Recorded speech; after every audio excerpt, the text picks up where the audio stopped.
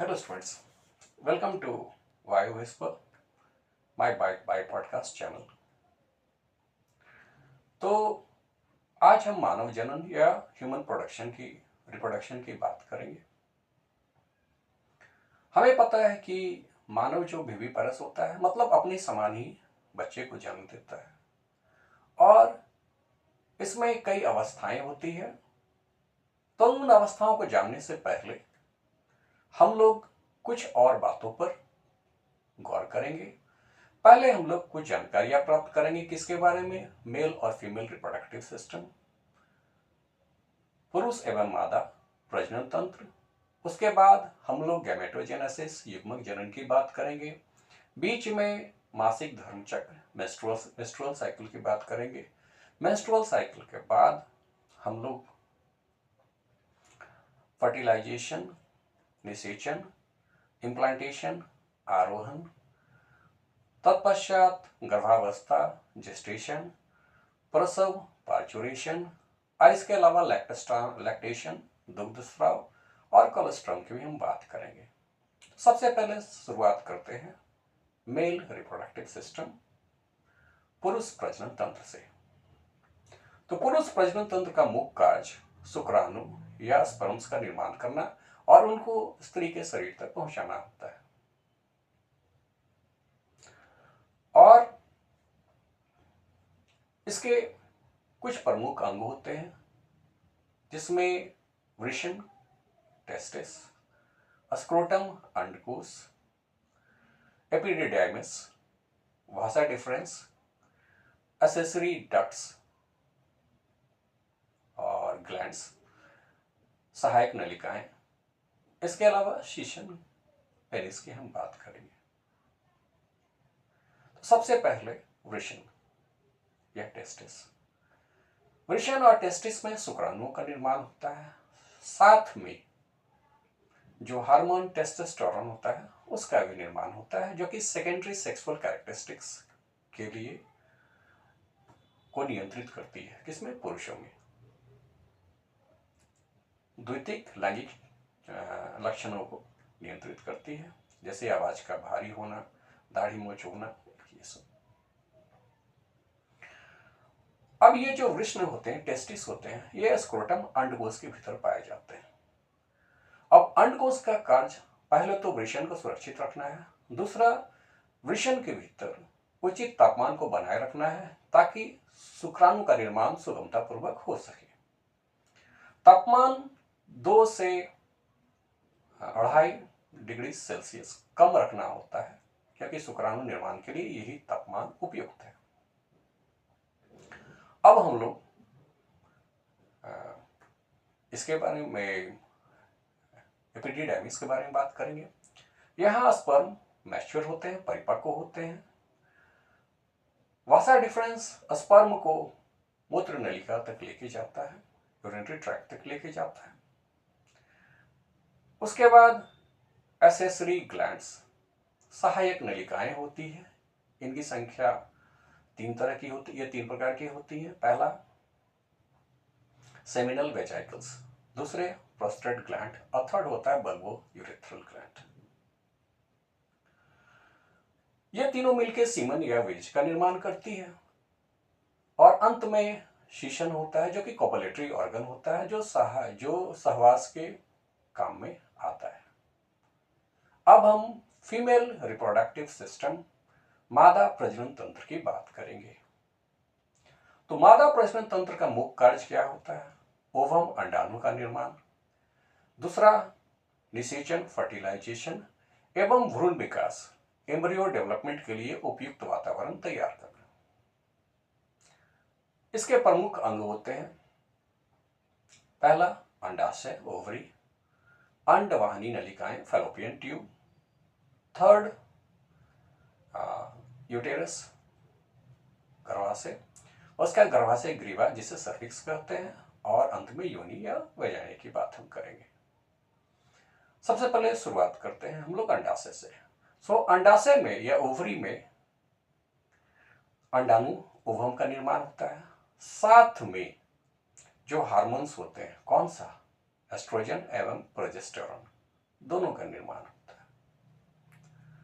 Fallopian tube में निषेचन का काम होता है। अंडाशय में भ्रूण का विकास होता है। गर्भाशय ग्रीवा और योनि मिलके जन्म नलिका या बर्थ कैनल का निर्माण करते हैं, जिससे बच्चा सुगमता पूर्वक मादा के शरीर से बाहर आ जाता है। अब हम लोग गैमेटोजेनेसिस की बात करेंगे, मतलब युग्मक जनन की बात करेंगे।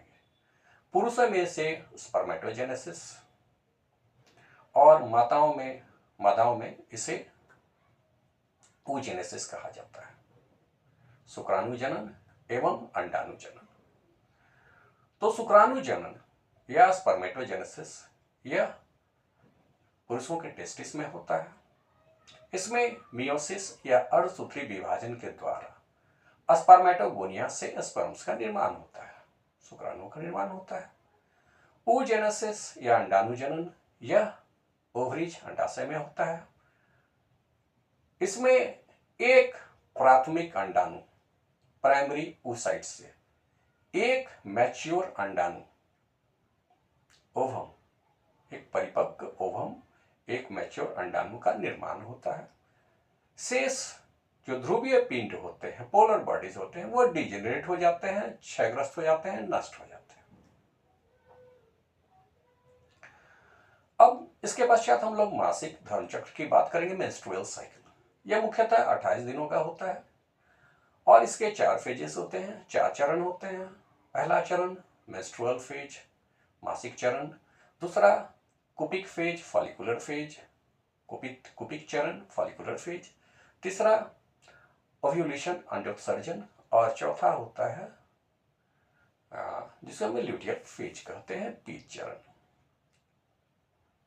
तो मासिक चरण ये इसकी अवधि 1 से 5वें दिन तक होती है।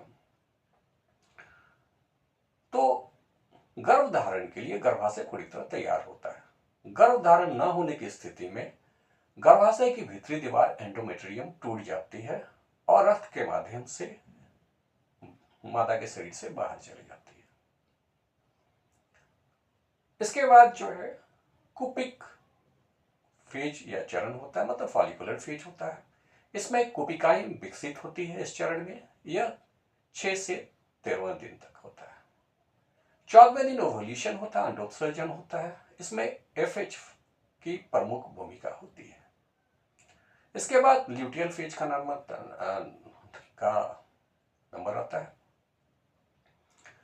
पी चरण ल्यूटियल फेज में क्या होता है कि बचे हुए अवशेष मिलके, अंडोत्सर्जन के बाद बचे हुए अवशेष मिलके कॉर्पस ल्यूटियम का निर्माण करते हैं और कॉर्पस ल्यूटियम प्रोजेस्टेरोन की अवस्था को बनाए रखता है, जिससे एंडोमेट्रियम का स्तर बना रखता है, ताकि गर्भधारण में कोई प्रॉब्लम नहीं हो, कोई समस्या नहीं हो। लेकिन यदि गर्भधारण नहीं होता है तो एंडोमेट्रियम का भाग टूट जाता है और पुनः मासिक चक्र शुरू हो जाता है। मासिक चक्र के बाद हम लोग निषेचन की बात करेंगे। निषेचन या फर्टिलाइजेशन में क्या होता है? तो फैलोपियन ट्यूब के अंडवाहिनी नलिका के एम्पुला रीजन में नर युग्मक और मादा युग्मक दोनों संलयन या फ्यूजन करके जाइगोट या युग्मनज का निर्माण करते हैं। इस प्रक्रिया को फर्टिलाइजेशन कहते हैं। और ये जाइगोट जो होता है द्विगुणित होता है, डिप्लॉइड होता है, 2n संख्या होती है इसकी। बाद में ये जाइगोट युग्मनज विभाजित होके ब्लास्टोसिस्ट का निर्माण करता है और ये ब्लास्टोसिस्ट जाके बाद में यूटेरस की सबसे भीतरी दीवार एंडोमेट्रियम से जाकर चिपक जाता है, अटैच हो जाता है। उसके बाद क्या होता है? गर्भावस्था का काल होता है, जिसे हम लोग जेस्टेशन कहते हैं। इसमें प्लासेंटा, जिसे अपरा भी कहते हैं, और HCG हार्मोन की बड़ी प्रमुख भूमिका होती है। यह मुख्यतः 280 दिनों का होता है।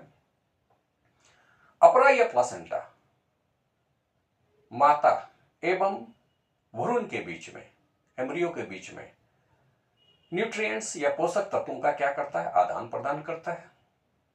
और HCG ह्यूमन कोरियोनिक गोनाडोट्रोपिन ये क्या करता है? गर्भावस्था को बनाए रखता है।